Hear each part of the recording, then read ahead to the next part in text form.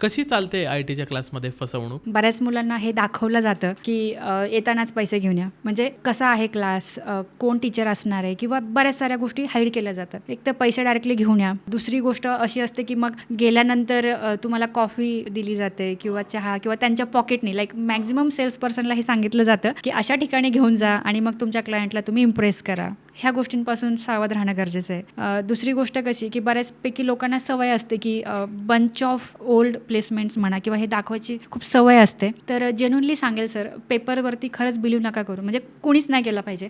जगात लोक फोटो आरामात पोस्ट करतात सगळीकडं, बट जर व्हिडिओ असेल आणि व्हिडिओमध्ये जेन्युनली जर तुम्ही सर्व्हिस घेतली आहे तर तुमच्याकडे कमीत कमी 5 मिनटं तरी असतील एक्सपिरियन्स सांगायला. तुम्ही त्या गोष्टी जेन्युनली बघा, कारण तेच मेन आहे. जर तुमचं स्टुडंट आहे, जर तुम्ही त्याला 6 महिने वर्ष सर्व्हिस दिली तर तुमच्याबद्दल त्याकडे तेवढ्या तरी मेमरीज असतील की बाबा ट्रेनर कसे होते, काउन्सिलर कसे होते, सपोर्ट टीम कशी होती, प्लेसमेंट सर्व्हिस कशी होती, कंपनीचा इंटरव्ह्यू कसा झाला. ॲटलिस्ट त्या गोष्टी बघणं गरजेचं आहे. ह्या गोष्टी जर मिसिंग असतील तर समजून घ्या की काहीतरी मूर्त आहे. महत्त्वाची गोष्ट काय आहे की जे डॉक्युमेंट बॉन्ड पेपर म्हणून समोर सरकवले जातात त्याच्यावरती साईन नका करू. ओरिजिनल डॉक्युमेंट्स मागितले जातात. कधीही कुणीही ओरिजिनल डॉक्युमेंट कुठेही द्यायचे नसतात.